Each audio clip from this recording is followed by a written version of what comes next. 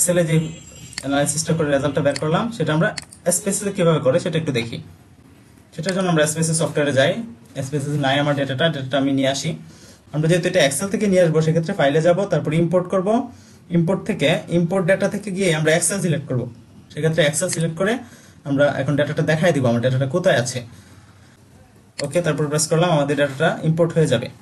আমরা স্পেসিসে দুইটা উইন্ডো পাই আমরা জানি, সেটা হচ্ছে এই যে আউটপুট আর হচ্ছে ডাটা ভিউ। আমরা হচ্ছে এখন ডাটা ভিউতে আছি, ডাটাটা দেখতেছি, এই যে same respondent ID K1 K2 K3 হ্যাঁ এরকম দেখতে পাচ্ছি।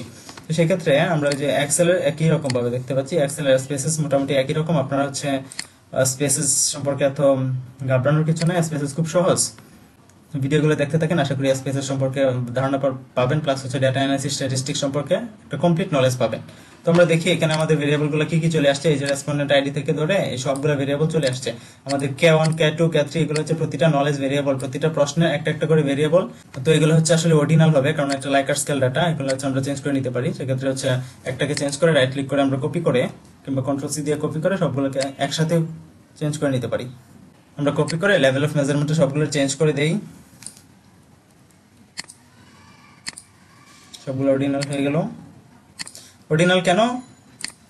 কারণ হচ্ছে লাইকার স্কেল হচ্ছে একটার চাইতে একটা র্যাঙ্কিং অর্ডার আছে। নট এট অল এর চাইতে একটু হাই হচ্ছে ভেরি লিটল, এর চাইতে বেশি হচ্ছে সামওয়াট, এর চাইতে বেশি হচ্ছে অ্যালট, এর চাইতে বেশি হচ্ছে টু গ্রেট এক্সটেন্ট। তো লেভেল অফ মেজারমেন্ট সম্পর্কে আপনারা লেভেল অফ মেজারমেন্টের এই ভিডিওটা দেখে আসেন, তাহলে একটু ক্লিয়ার হয়ে যাবেন। ওকে, তারপর হচ্ছে আমরা এই ক্যালকুলেশনের কাজটা কিভাবে করবো সেটা একটু দেখি। এই যে আমরা করলাম সাম, নলেজ স্কোর, নলেজ ক্যাটাগরি, এই কাজগুলো কিভাবে করবো আমরা একটু দেখি। স্পেসিস সফটওয়্যার থেকে কিভাবে করে। আমরা এই ডাটা ভিউতে আছি কিংবা ভেরিয়েবল যেখানেই থাকি না কেন, আমরা এই কাজটা করতে হলে ট্রান্সফর্মে যাব। ট্রান্সফর্ম বাটন থেকে কম্পিউট ভেরিয়েবল নামে একটা অপশন পাবো, সেই কম্পিউট ভেরিয়েবলে ক্লিক করব। সেখান থেকে আমরা কি করি, এই যে আমরা 16টা ভেরিয়েবল পাইছি K1 থেকে K16 পর্যন্ত, সেগুলোকে আমরা প্রথমে সাম করব। এই যে আমাদের এই সামটা করলাম এই কলামে, এক্সেলে যেরকম করে সামটা করলাম সেটা আমরা স্পেসিসে কিভাবে করি সেটা দেখি।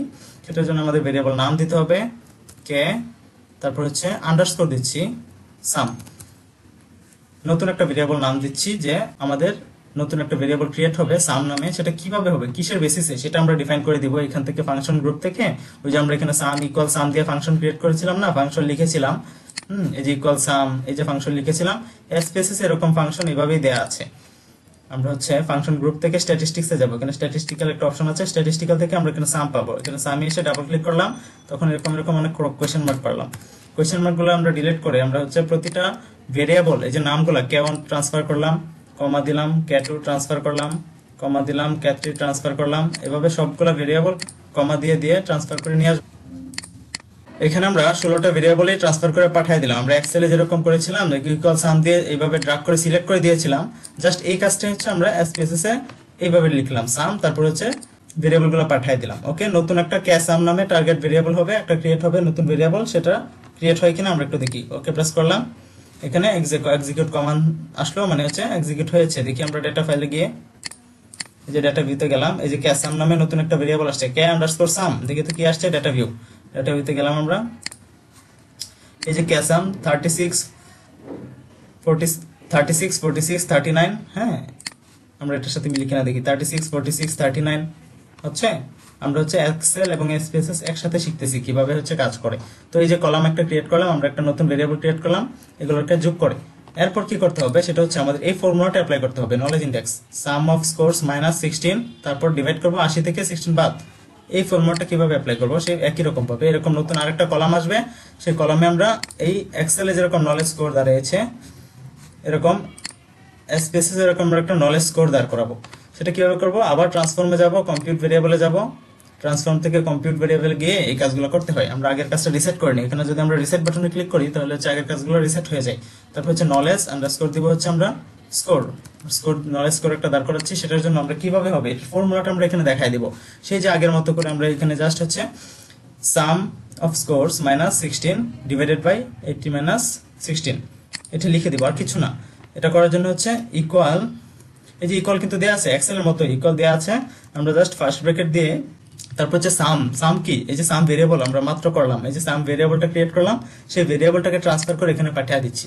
যে সাম হয়ে গেল, সাম থেকে আমরা কি করব, মাইনাস করব হচ্ছে 16, তারপর ডিভাইড করব হচ্ছে 80 -16, ব্র্যাকেট শেষ। তো এই একই ফর্মুলাটা আমরা জাস্ট এই ফর্মুলাটাই এখানে হচ্ছে স্পেসিসে অ্যাপ্লাই করলাম, আর কিছু না। Sum -16 divided by 80 - 16। Okay, okay press করি, এক্সিকিউট হয়ে গিয়েছে। আমরা দেখি এই যে নতুন একটা কলাম তৈরি হয়েছে, কে স্কোর তার 0.31, 0.47, 0.36। দেখি তো মিলে কিনা। এই যে 31, 46, 35, হ্যাঁ 35, আর এখানে 36। কেন? এখানে হচ্ছে ডেসিমাল পয়েন্ট কত? ডেসিমাল পয়েন্ট হচ্ছে 5-7। আপনাদেরকে এটা একটু দেখাই দিই। যে আপনি ভেরিয়েবল ভিউতে যাবেন, এই যে এই ভেরিয়েবলটা ডেসিমাল পয়েন্ট কত, এখানে বলতেছে ডেসিমাল পয়েন্ট 2 ডেসিমাল। আমি এখানে আরো বেশি দেখবো, 6 ডেসিমাল পর্যন্ত দেখি। এই যে দেখেন এটা এখন 35 হয়ে গেছে। এই ডেসিমাল পয়েন্ট ভেরিয়েবল ভিউ থেকে ডেসিমাল পয়েন্ট আপনি বাড়ায় দিলে বেশি ডেসিমালে দেখাবে। ওকে, তারপর হচ্ছে আমরা এটাকে রিক্যাটাগরাইজ করব। আমরা 3টা ক্যাটাগরিতে ভাগ করব এই কলামের মতো করে, লো, মডারেট এবং হচ্ছে হাই। সেটা কিভাবে করে? আমরা হচ্ছে এই কলামের উপর ভিত্তি করে, এই ভেরিয়েবলটার উপর ভিত্তি করে আরেকটা কলাম এখানে নিয়ে আসবো, সেটাকে বলতেছি আমরা নলেজ ক্যাটাগরি। সেটা কিভাবে করব? ক্যাটাগরি করব। সেক্ষেত্রে ট্রান্সফর্ম থেকে আমরা রেকর্ডিং টু ডিফারেন্ট ভেরিয়েবলে যাব। ডিফারেন্ট ভেরিয়েবল কেন? আমরা যদি সেম ভেরিয়েবল দিই তাহলে এই ভেরিয়েবলটাকে রিপ্লেস করে সে নতুন একটা ক্যাটাগরি করে ফেলবে। আমরা এরকম চাচ্ছি না, আমরা চাচ্ছি নতুন আরেকটা ভেরিয়েবল হবে। সেজন্য ট্রান্সফর্মে যাব, রেকর্ডিং টু ডিফারেন্ট ভেরিয়েবল দিব। তারপর হচ্ছে আমরা এই যে নলেজ কোডের উপর ভিত্তি করে আমরা করতে চাচ্ছি, সেজন্য নলেজ কোডটাকে ট্রান্সফার করে এখানে পাঠাবো। নলেজ কোডের উপর ভিত্তি করে আমরা নতুন একটা ভেরিয়েবল করতেছি, সেই নতুন ভেরিয়েবলটার নাম চাচ্ছে সে। নতুন ভেরিয়েবলটার নাম দিব আমি হচ্ছে ক্যাট, নলেজ ক্যাট। চেঞ্জ করলাম, চেঞ্জ বাটনে ক্লিক করলে যেখানে কোয়েশ্চেন মার্ক ছিল সেটা রিপ্লেস হয়ে নলেজ ক্যাট চলে আসছে। ওকে, এটাকে আমরা কিভাবে হবে, এটার বেসিসটা কি হবে, আমরা হচ্ছে নলেজ কোডের উপর যে করব সেটার ফর্মুলাটা, ফাংশনটা কি হবে সেটা আমরা ডিফাইন করে দেই। সেটা হচ্ছে ওল্ড এন্ড নিউ ভ্যালুস থেকে আমরা হচ্ছে এখানে ভ্যালুটা ডিফাইন করে দেব। কিসের উপর ভিত্তি করে আমরা এটা করব? এই যে 60% এর নিচে হলে লো লেভেল, 60 থেকে 80 মডারেট, 80 থেকে 100 হচ্ছে হাই। সেটা আমরা এখানে বলে দেব, আর কিছু না। রেঞ্জ দিব 0 থেকে 0.59। ঠিক আছে, এই যে দেখেন লেস দেন 60% দিছি, তো আমরা 0.59 দিয়ে করি। 0.59 পর্যন্ত ফার্স্ট ক্যাটাগরির নাম আমরা পরে দিব। এই জন্য ভ্যালু 1 দিতেছি। 1 মানে হচ্ছে প্রথম ক্যাটাগরি। এখানে হচ্ছে টেক্সট ইনপুট করা যায় না, এখানে নাম্বার ইনপুট করতে হয়। সেজন্য আমরা হচ্ছে 1 দিব। 1 নাম্বার ক্যাটাগরি হবে হচ্ছে এটা, লো ক্যাটাগরি হবে। ওকে, 8। তারপর রেঞ্জটা হবে 0.60 থেকে, আমাদের ভ্যালুগুলো কিন্তু ডেসিমাল 0.36, 0.57 এরকম। এই জন্য আমরা পয়েন্ট দিয়ে দিচ্ছি। 0.60 থেকে 0.79 পর্যন্ত আমরা এটা হচ্ছে 2 নাম্বার ক্যাটাগরিতে রাখবো। এই যে এখানে 2 দিলাম, অ্যাড করলাম। তারপর হচ্ছে রেঞ্জ হাইয়েস্ট দিয়ে দিই। রেঞ্জ হচ্ছে 0.80 উপরে যা পাবে সে, হ্যাঁ, থ্রো হাইয়েস্ট দিচ্ছি, সেটাকে 3 নাম্বার ক্যাটাগরিতে কনভার্ট করবে। ওকে, তারপর হচ্ছে অ্যাড প্রেস করলাম, এই 3টা ক্যাটাগরি হয়ে যাবে। 0 থেকে 59, 60 থেকে 79, 80 থেকে সর্বোচ্চ। কন্টিনিউ প্রেস করলাম, ওকে প্রেস করলাম, এখানে এক্সিকিউট হয়ে গেল। তারপর আমরা দেখি ডাটা ভিউতে যাই, এখানে হচ্ছে ভেরিয়েবল ভিউতে দেখি যে ক্যাট মানে নলেজ ক্যাট নামে একটা নতুন ভেরিয়েবল ক্রিয়েট হয়েছে। সেটা কিভাবে ক্রিয়েট হয়েছে? এই যে এখানে এটার উপর ভিত্তি করে আমরা একটু দেখি। 31 হচ্ছে 1 প্রথম ক্যাটাগরির নামটা দিয়ে আমরা হচ্ছে 1 আসছে না, এটা নামটা আমরা ডিফাইন করি। এটা হচ্ছে ভ্যালু লেভেল ডিফাইনিং বলে, যে এখান থেকে ভ্যালু যে কলামটা আছে এখান থেকে আমরা যদি ডিফাইন করে দেই, নাম থেকে ক্লিক করে আমরা ভ্যালু 1 মানে ভ্যালু 1 এর লেভেলটা দিব হচ্ছে লো নলেজ। অ্যাড করলাম। 2 নাম্বার যদি হয় সেটা হবে হচ্ছে মডারেট নলেজ। অ্যাড করলাম। 3 নাম্বার যদি হয় সেটা হবে হাই নলেজ। অ্যাড করলাম। ওকে, এখন হচ্ছে আমাদের ভ্যালু লেভেলিংটা হয়ে গেল। দেখি এটা কি হয়। ডাটা লেভেলে যাই, এই যে নলেজ লেভেল, এটা চেঞ্জ হচ্ছে না কেন? চেঞ্জ হচ্ছে না কারণ এই যে এখানে সুইচ বাটন আছে, একটা সুইচ বাটন প্রেস করলেই এই যে চেঞ্জ হয়ে যাচ্ছে। স্পেসেসে ডাইনামিকলি আমরা দেখতে পারি, নাম্বারটাও দেখতে পারি, নাম্বারের এগেইনস্টে যে ভ্যালুটা থাকে সেটাও দেখতে পারি। এটা কিন্তু এক্সেলে পসিবল না, কারণ শুধু আমরা টেক্সটটাই দেখতে পাচ্ছি। এই স্পেসেসের কলামটাই আমরা যদি দেখি তাহলে ক্যাটাগরিটা আমরা দেখতে পাচ্ছি। এখানে হচ্ছে প্রথম 3টা হচ্ছে লো নলেজ, দেখি তো মিলে কিনা। এই যে প্রথম 3টা হচ্ছে লো নলেজ, তারপরে মডারেট, তারপরে হচ্ছে মডারেট, বুঝতেছে? একই ক্যালকুলেশন। এটা ডট আসছে কেন?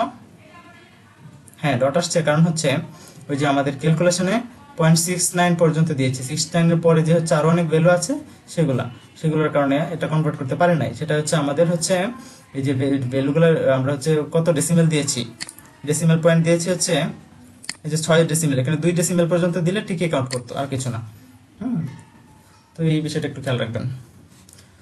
তারপর হচ্ছে আপনি এটার ফ্রিকোয়েন্সিটা দেখতে পারেন। আমরা যদি দেখি অ্যানালাইজে যাই, ডেসক্রিপটিভ স্ট্যাটিস্টিক্স, তারপর হচ্ছে ফ্রিকোয়েন্সিতে যাব। ফ্রিকোয়েন্সিতে যাওয়ার পর নলেজ ক্যাটকে আমরা ট্রান্সফার করে এখানে পাঠিয়ে দিলাম। তারপর হচ্ছে ডিসপ্লে ফ্রিকোয়েন্সি টেবিল, ওকে। তো এই যে এরকম দেখাচ্ছে এখন। এই যে আউটপুট চলে আসছে, সেটা হচ্ছে লো নলেজ হচ্ছে 404, মডারেট 145, হাই নলেজ হচ্ছে 32, মিসিং সিস্টেম হচ্ছে 19। এই মিসিং সিস্টেম বলতে বোঝাচ্ছে এই যে এখানে ডাটাগুলো সে কাউন্ট করতে পারে না, কারণ হচ্ছে যে আমাদের ভ্যালু বেশি ছিল, আমরা 79 পর্যন্ত ধরেছি, কিন্তু পরে এগুলো ডট হয়ে গেছে, এগুলো কাউন্ট করতে পারে না, সেই জন্য হচ্ছে এগুলো মিসিং ধরেছে। হ্যাঁ, আশা করি বুঝতে পেরেছেন। ধন্যবাদ।